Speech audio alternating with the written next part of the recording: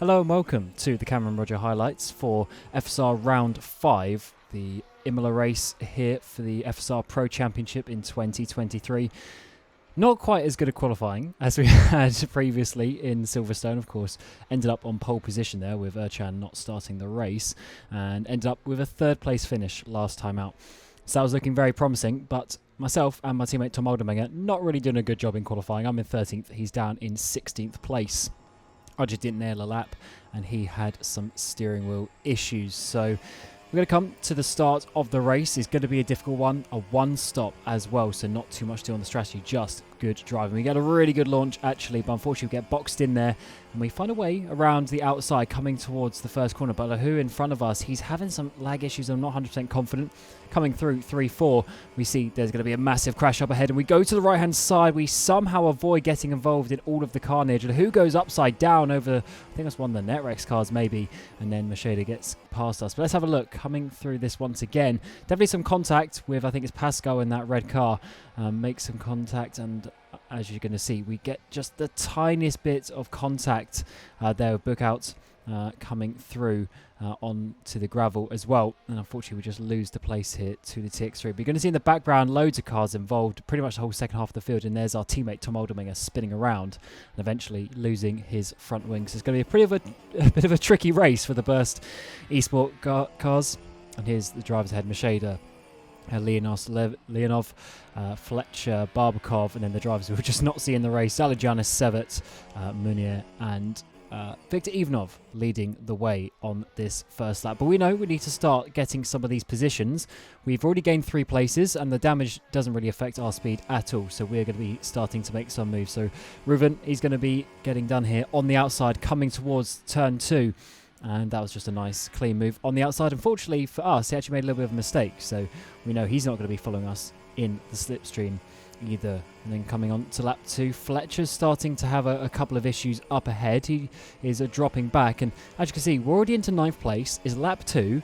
This is actually looking pretty promising, and we got 3 cars ahead of us right now. So that is 8th, 7th and 6th position right in front of us. So this is looking really good, and of course we want to start getting those positions. So coming towards turn 1, we think about having a run on Leonos, but he actually himself goes towards the outside of Fletcher. So I definitely know there's some opportunities coming my way, although we all stay in single file for now. And coming up to Variante outer on the very same lap. Fletcher once again has to have some issues. He must be having pedal issues or something, and we slide past. But as you're going to see on the onboard, it is very close, and I had to have some nice reactions there to get out of the way. But yeah, I'm not quite sure what happened, but he eventually DNF'd from the race.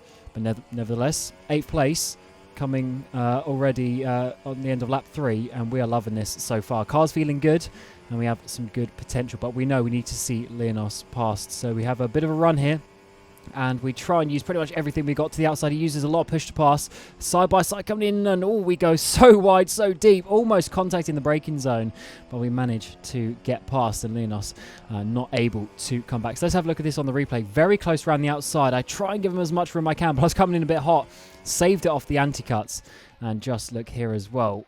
In fact, there might have been just the tiniest brush of contact, but that was as close to perfect as you can do, to be honest, without there being a crash. I knew I was keeping it pretty tight, but yeah, not until recording that clip I didn't quite realise how close it was, but fortunate that wasn't a crash. So 6th place, we've got Ivan Leonov just up ahead of us, and we're going to try and chase him down, but it is a one stop. We need to go 30 laps pretty much on these tyres, and as you see, during the middle part of this stint, he starts to pull away by a few seconds. I believe that's on the back markers up ahead, getting involved there.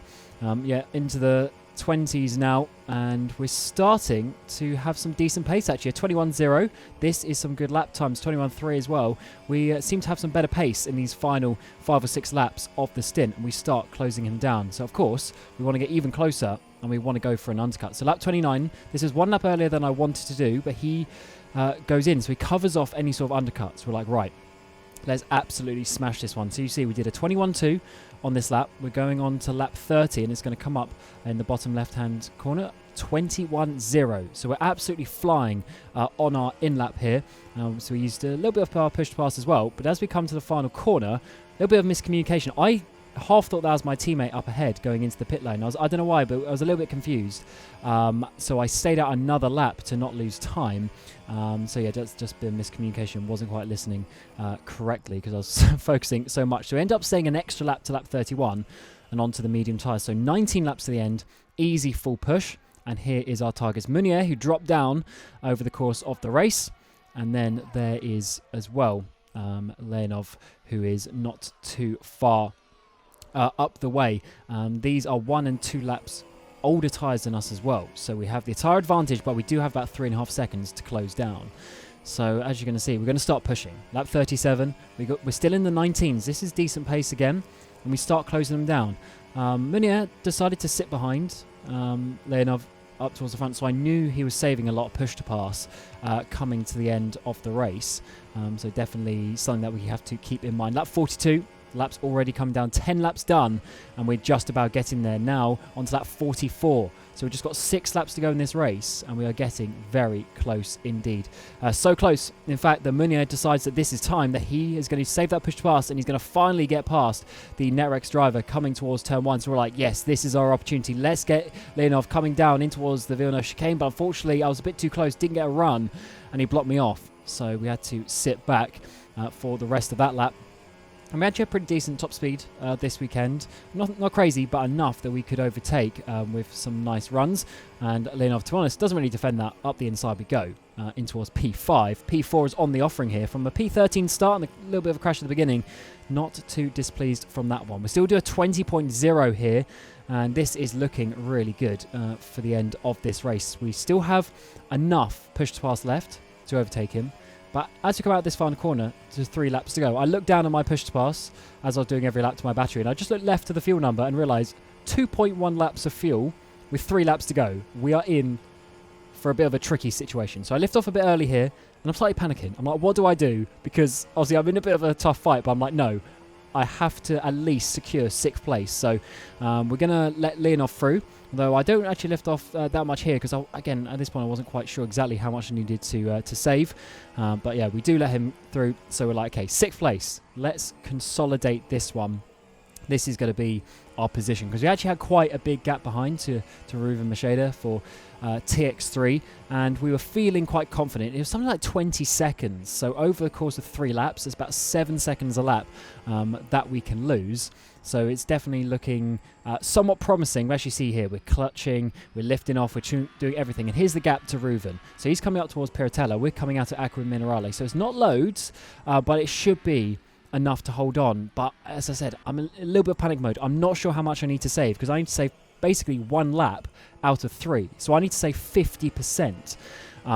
This is a lot of fuel saving that we are going to have to do. So yeah, as you see, clutching halfway down the straight coming towards the final corner. It's definitely a tricky situation, and the tension was quite high in the cockpit because P6 is still a really good result if I can hold on to this. And then finally here I realised, wait, if I use my push to pass, then that's using the electric power and then not the engine power to go through. So this is now coming on to 2 laps to go still. 2 laps to go, and this is the gap. He's already basically got half a straight on me, so this is going to be very tricky to hold on to this gap. And coming on to the final lap, this is the gap. It's only a handful of seconds, and we are really struggling now coming to the end of this race. I am looking pretty good, because obviously it's 1 lap to go, so it's pretty easy. I think I had like 1.7 litres coming to the line, but I still wanted to go flat out, or at least on the final straight, if not coming out of Variante Auto. I wanted to go flat out with push to pass all the way to the end to be able to hold on, because there are plenty of push to pass. I just wasn't able to use it because I couldn't go flat out. As you see here, trying to clutch, going through Piratella, going wide, and Ruven's getting so close now. I'm absolutely sweating trying to hold on to this, and he really closes up. So I'm like, no, you're not getting me, mate. Go on the push to pass, get a bit of a gap. But as I said, I wasn't quite sure, so I did 1 more lift and close. Coming down the inside, he's going to look. He's going all over the curb. Bit of contact. I couldn't turn into the corner. But fortunately, we managed to hold on there. And now this is looking good. Flat out and push to pass all the way down the hill. But he is doing the same. Going well over 300 Ks in towards the braking zone, so a lot higher than normal. So we just need to nail this final corner, and we should be able to hold on. And we do. And fortunately, we managed to hold on to 6th place. So yeah, I'm a bit sorry for Ruven there. did apologise to him with how close he got into Variant Outer, but I just wanted to do that one final lift and coast to make sure that I had enough, and I did have, I think I had about 0.3 litres left in the tank as we got to the line. So a little bit more of a boring race this time round, just really 3 or 4 things to note during the race, but P13 to P6, I'm pretty happy with that one. Of course, it helped that there was that crash at the beginning that took, quite a few cars in front of us out of the equation, and it meant we had no pressure from behind either during the race. But I'm really happy with how we went. We controlled the tyres really well, and also big shout out to our teammate Tom Oldermenger, getting back up to P10 after losing his front wing on that lap. It was definitely a bit of an interesting race, and once again showed that we just didn't execute the race to perfection. That's just bad maths. Assuming that we were going to be in slipstream for a lot more of the race, but we weren't, and unfortunately missing out on that bit of fuel, which was a shame, but hopefully we'll come back next time in Spa, and me and Tom can be fighting for a double burst podium once again.